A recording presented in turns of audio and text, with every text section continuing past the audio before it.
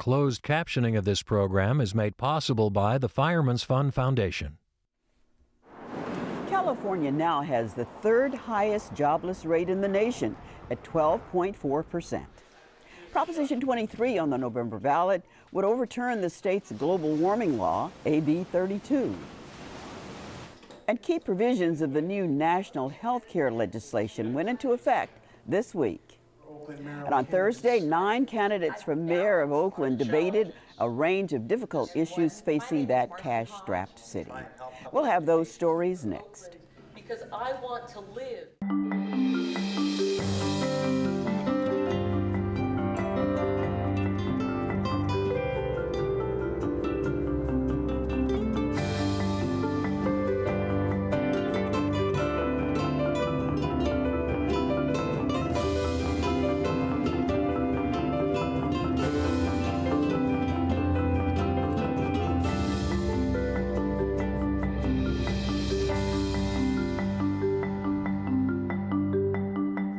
Good evening and welcome to This Week in Northern California. I'm Belva Davis.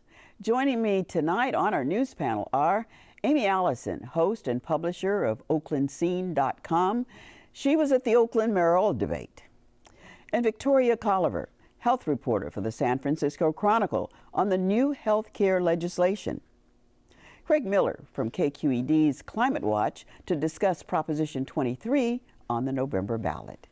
And we began with Carolyn Said, business writer, also with the Chronicle. Carolyn, we're in this worst of depression that we've seen in many, many years, and jobs are at the top of everybody's concern. And there were some polls out about California and unemployment this week that had some surprising results. Right, not so much polls, but studies, I think. Studies, I'm sorry. So despite the barrage of ads you see that would make you think that California is the most inhospitable climate in the entire nation for businesses, that a little seedling business here is just going to get plucked out because of our horrible, horrible laws and taxes, it's really not about California hating businesses. What it's all about is we had a huge housing bubble here that imploded. The other two states that are most clobbered by unemployment are Michigan and Nevada. Again, big housing bubble states. Arizona, another housing bubble state, terrible unemployment. This recession has been very uneven around the country. There are states like North Dakota and South Dakota that have normal levels of unemployment, like in below 6%. It's everywhere that, things just built, and imploded. And really, one of the studies showed that the majority of the jobs that we lost that are above the national average, the national average for unemployment is 9.6 and ours is 12.4. 12.4. Yeah.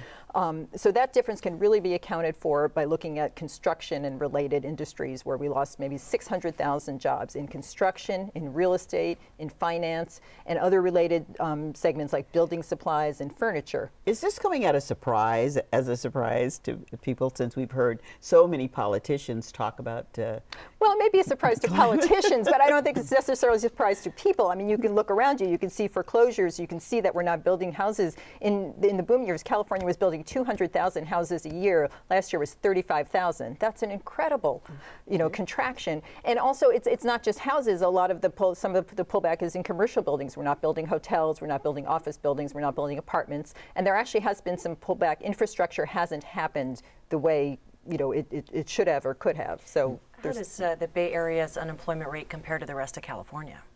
Some of the Bay Area is actually in pretty good shape. As in so many things, the Bay Area is not homogeneous at all. So San Francisco, San Mateo, and Marin are actually in really good shape. San Francisco has 9.7% unemployment, just pretty much neck and neck with the U.S. rate. And that's because San Francisco has some strong job centers for all the new happening Web 2.0 or maybe even Web 3.0 industries. That's sort of where people want to be. The East Bay, Alameda and Contra Costa are still in the 11% range. They just, that's where the biggest housing bubble was here, and they just have not recovered. Silicon Valley, Santa Clara is slowly recovering. We're seeing some manufacturing and other jobs come back there, but that's been a little slower. But don't you feel better already now that the statisticians have told us that the recession actually ended a year ago? Oh yes, that really cheered everybody up. All those people standing in the unemployment lines were really heartened to hear that news. But to your point about this being mostly a housing-led recession, does that mean, do you think, that that we have or have not sort of permanently inherited the mantle of the Rust Belt states, that always were the first down and the last up when there's a recession? Yeah, I don't think that's necessarily true that we're always going to be the hardest hit by a recession. I mean, this recession, across the country, in fact, was fueled by the implosion of the real estate market. And so the fact that we had such a gigantic bubble going on here does mean we were hardest hit.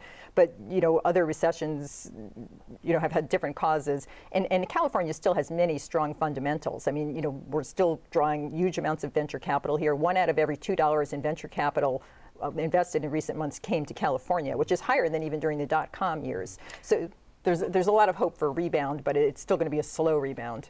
So what are those bright spots in the economy that you're seeing here? Well, there's no sector that's totally booming. Even your sector of healthcare, which is actually the most vibrant, is still could hardly be called totally good times. But as I said before, in San Francisco, we are seeing tremendous resurgence in sort of webifying, internet-fying everything, and companies want to be here. Even companies like Google and Yahoo that are in Silicon Valley are setting up offices in San Francisco because the top talent wants to be there. I mean, Belva and I were talking about, you walk through South Park and you see, all these young people out on bicycles and, but they're people with jobs. They're not unemployed young people, they're people with good jobs, just, getting a little sunshine. So that's a really strong area. We're also seeing, there's clean and green technology because, and there's stimulus money coming into that. And again, that's based here in the Bay Area, that's a Silicon Valley thing. And agriculture output has actually been fairly strong all along. Let's talk about some of those, though, that are on the outside. The needing an extension of benefits from unemployment insurance,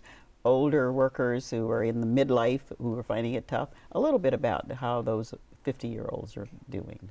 Not well. It's really a sad thing that there are people, many of the people who are unemployed, something like 45% of the people currently unemployed in California have been unemployed for more than 6 months. And I don't have the numbers, but many more have been employed for more than a year or 2 years. And in fact, the unemployment is really higher when you factor in the discouraged workers who've just given up looking for now. And some industries have gone away. Some people no longer have the freshest skills. And frankly, despite all the laws about it, there's still plenty of ageism and discrimination against older workers in employment. And it's kind of insidious, and it's very hard for them to combat that. So, I guess the hope is that if the economy is improved and if we really realize what the problems are, maybe we can get them fixed. Hopefully a rising tide will lift all boats.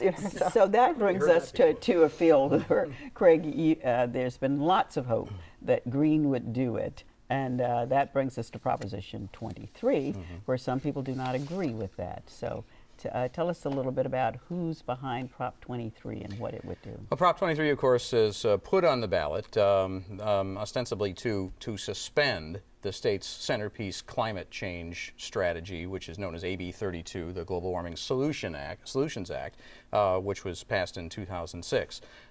It would immediately, if passed, suspend all the regulations pursuant to that law, things like cap and trade, many things that aren't even in effect yet, actually, until such time as unemployment in the state falls down to 5.5% and stays there for 4 consecutive quarters, which, as I'm sure Caroline can tell you, hasn't happened in a while and is statistically only happens about once each decade. So some people are seeing it as a potentially an indefinite suspension of the main centerpiece strategy for fighting greenhouse gases in California. Whereas the law itself, has some provisions for suspending it too. They say, we don't really need a proposition for this. What then, how are the sides divided? I mean, we've talked about funding when it comes to propositions, how important who's for it that and is. who's against it? Yes. Well, of course, the Yes on 23 campaign has its list of supporters on the website, and all the way down to literally Johnny's Bar and Grill from I don't know where. But the lion's share of the money is coming from 3 large companies which are in the oil and gas sector, none of which are headquartered here. One is based in ostensibly in Wichita, but it's actually part of Koch Industries, one of the holdings of the enigmatic Koch brothers. And the other 2 are Valero and Tesoro, both of which major oil refiners who have refineries here. In fact, Tesoro's largest refinery is here, but they're not headquartered here. And so the no on 23 people have made much of the fact that the money is coming in from out of state. And it is most of the money that's coming from those entities. Not necessarily the oil industry per se, because many oil companies are sitting on the sidelines for this one. Chevron, for instance, has not come out for or against. Let me ask you about how that's impacting the gubernatorial race. The Republican candidate, Meg Whitman, has taken on the talking points of the campaign, calling Prop 23, it's trying to fix a job. It's a job killer, and it needs to be repaired. She's running on bringing jobs to the state. Is there any water? Well, and I should point out, maybe it's a good time to point out that none of the four major candidates for office, the Senate race or the governor's race, have really come out strongly for Prop 23. A lot of people have interpreted an email from the Fiorina campaign in the Senate race to say that she has endorsed 23. She balked a little I don't on that, interpret didn't it that she? way. Right. No, in fact, she called it a Band-Aid solution. Whitman just this week came out against Prop 23, but still wants to suspend AB 32, which just takes us back to this question of, the existing law has a provision for the governor to do that, which she says she will do, but she's not in favor of the proposition itself. Is it a job killer? The numbers are all over the map on that, and both sides has its studies. The yes on 23 people are still using a study that's been mostly discredited. They came out of Sacramento State saying it would eliminate potentially 1.1 million jobs. The Legislative Analyst's Office has looked into this, and what they have said is that, yes, obviously some jobs would be at stake if you suddenly imposed, fees for carbon on large industries and so forth, but that in the long run, first of all, it's difficult to say exactly what the job impact would be, and in the long run, the impact would not be terribly significant given, relative to the size of California's economy overall. What can you tell us about what are opinions about it at the grassroots levels? What do polls show about what regular people think about this, and do they see it as an economic issue? Well, they must, because that is the main talking point of the Yes campaign. There was a poll that just came out today from the LA Times and USC that had likely voters divided just about evenly on this. But that's 40% on each side, 40% for and about 40% against, which it is a statistical dead heat, but it still leaves 20% that hasn't made up their minds yet.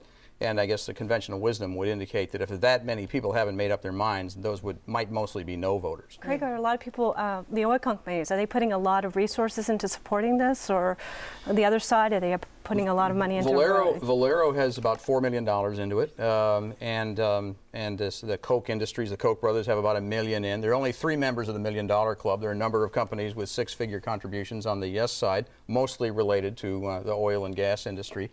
But the no on 23 campaign has drummed up a lot of money from venture capitalists, high-tech interests in Silicon Valley, because they think that AB 32 has actually been supporting the new clean tech economy. Well, let's talk a little bit about the political end of this, since there'll be 2 debates, at least in the governor's race.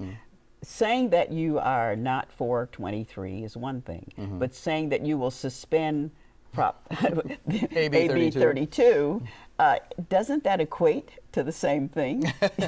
Well, it may or it may not. Again, there's this question of, well, for how long?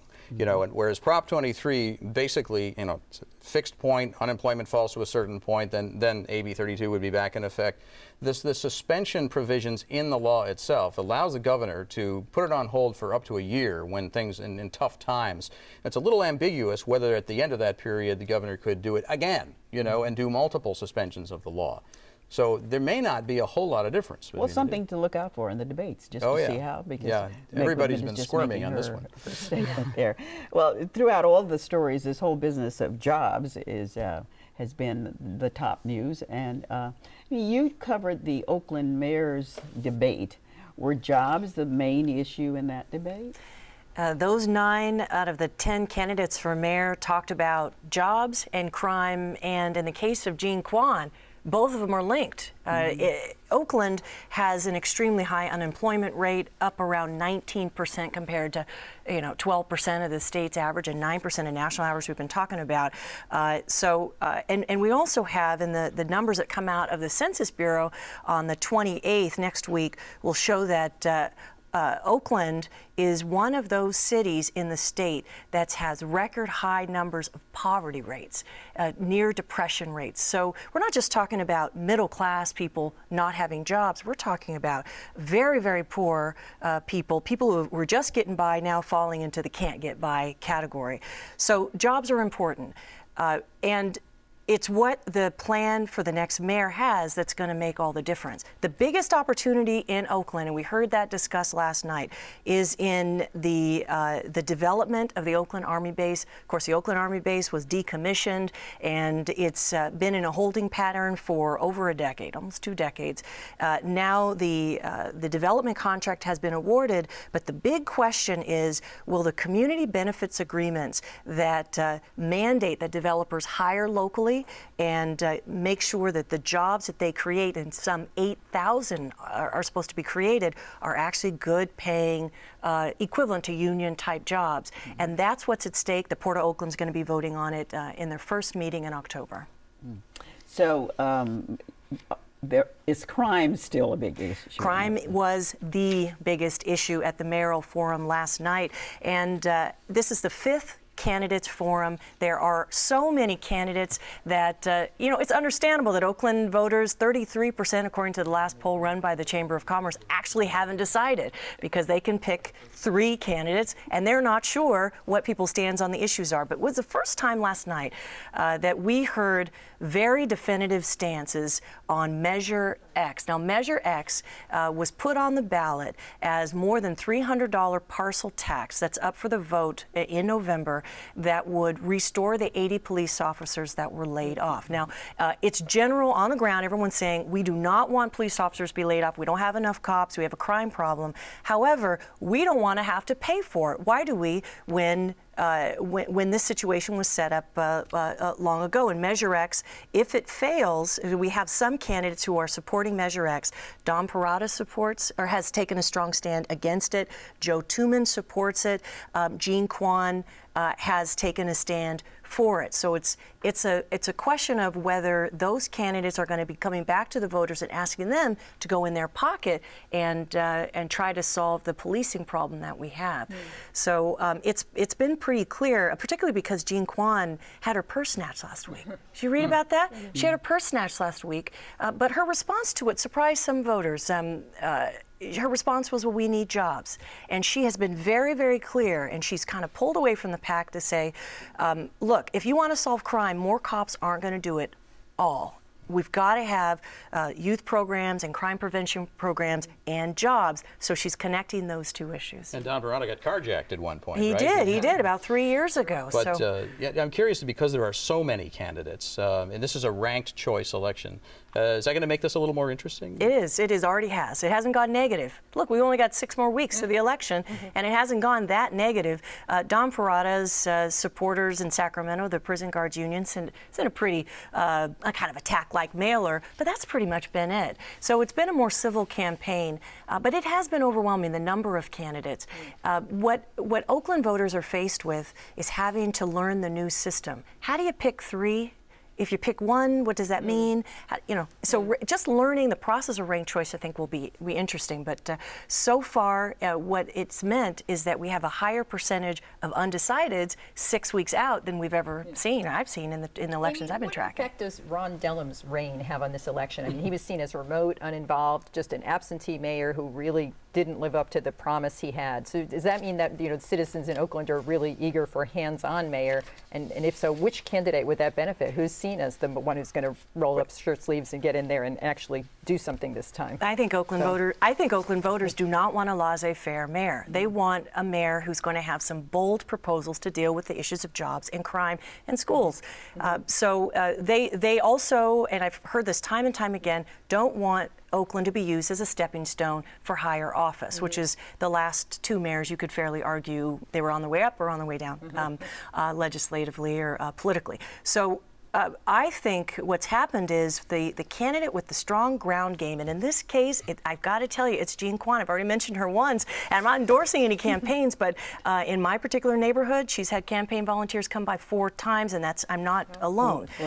So it does help. Oakland's political system has been revitalized. That's a lot of people right. interested. A lot of interest, and Okay. that is wonderful that so many people are interested in that. Yeah. Big news on the healthcare front, because this week the much debated National Healthcare Plan kicked in. So Victoria Colliver, tell us about what's in the part of the proposal that we'll be seeing now. So yesterday, which was September 23rd, exactly 6 months after this big healthcare reform law was signed into law, a number of key provisions went into place, and that I don't think that was the timing with the midterm elections was entirely coincidence. But meanwhile, what it does is there's a number of key provisions that give consumers some more reforms. For example, adult children up to age 26 can stay on their parents' health insurance, provided they don't have health insurance through another source like a job. The insurers can no longer discriminate against children based on pre-existing conditions.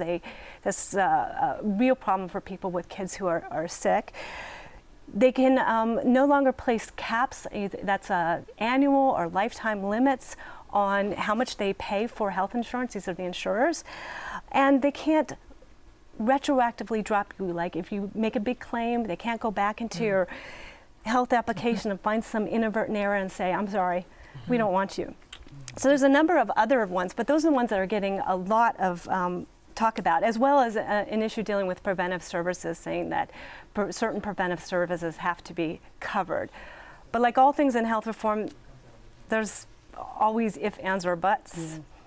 And that's because people get health insurance in many different ways. If you get it through your employer, a lot of these provisions, these protections, don't kick in until your plan renews, which for a lot of people is January 1st or even later, even July or later, depending on your employer. As they say, the devil's in the details. The big question that lots of people have is, look, I lost my insurance when I lost my job. I'm on unemployment, or I can't find a job. Is this going to mean, the changes going to mean that I'm going to be eligible for insurance now?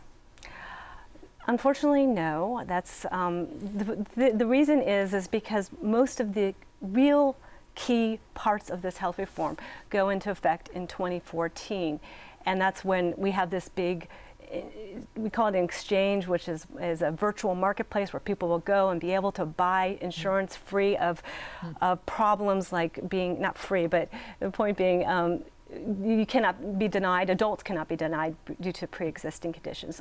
So a lot of what we have now are smaller, helpful provisions going into effect as we march toward that big 2014 deadline and beyond. So Vicki, for adults with pre-existing conditions, which is a huge and again very sad situation, what recourse do they have between now and 2014? Are they still just in the same kind of limbo they've always been in, or is there anything that would help them? There is something, and it's something that the governor set up, I mean the federal government set up, which is a federal high-risk pool. California already has a state high-risk pool, but it's really limited. It's limited by funds to 7,100 people and statewide, and it has a really onerous cap of $75,000 a year of coverage, which for someone with some heavy health payments, it's just not very much. So the federal government is kicking in a lot of money. California gets about $761 million to set up a federal high-risk pool that runs alongside the state, has different rules, but will be able to cover a lot more people. There's the only difference with that is that the caveat is you have to be uninsured for 6 months prior to qualifying. So overall, how is this being, well, it's just happened yesterday, Yes. but overall, what have you heard from those that you've been able to talk to? How do people feel about it? Do they think anything's happened? They're really excited about the 26, having their kids covered up to 26. I think that's a big one for a lot of people. Especially in this economy, because kids up to 26 are still living at home and they haven't found a job. Exactly, and I think younger people care about health insurance. They often can't get it though because of the type of jobs they have or the economy.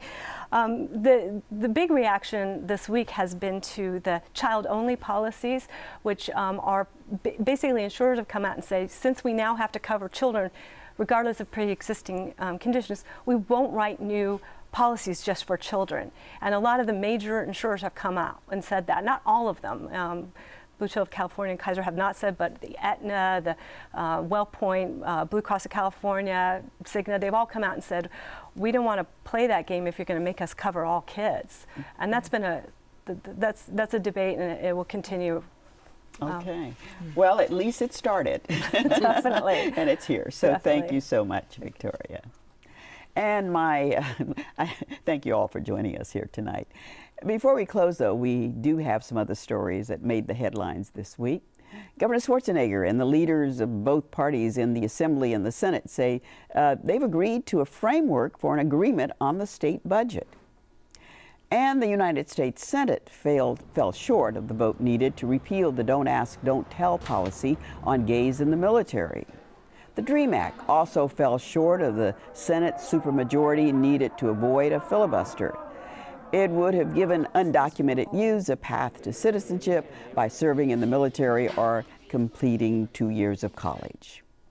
A federal judge in San Jose has given the green light for executions to resume at San Quentin beginning as early as next week.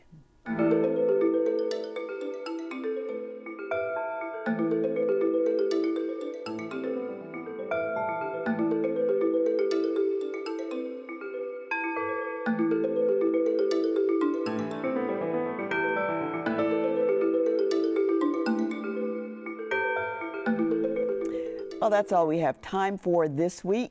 For more election coverage, go to our website at kqed.org/thisweek. You can watch episodes and segments of our program there and subscribe to our newsletter and podcast. Remember to watch us next week at our new time, 7:30 p.m. Thank you for watching. I'm Belva Davis. Good night.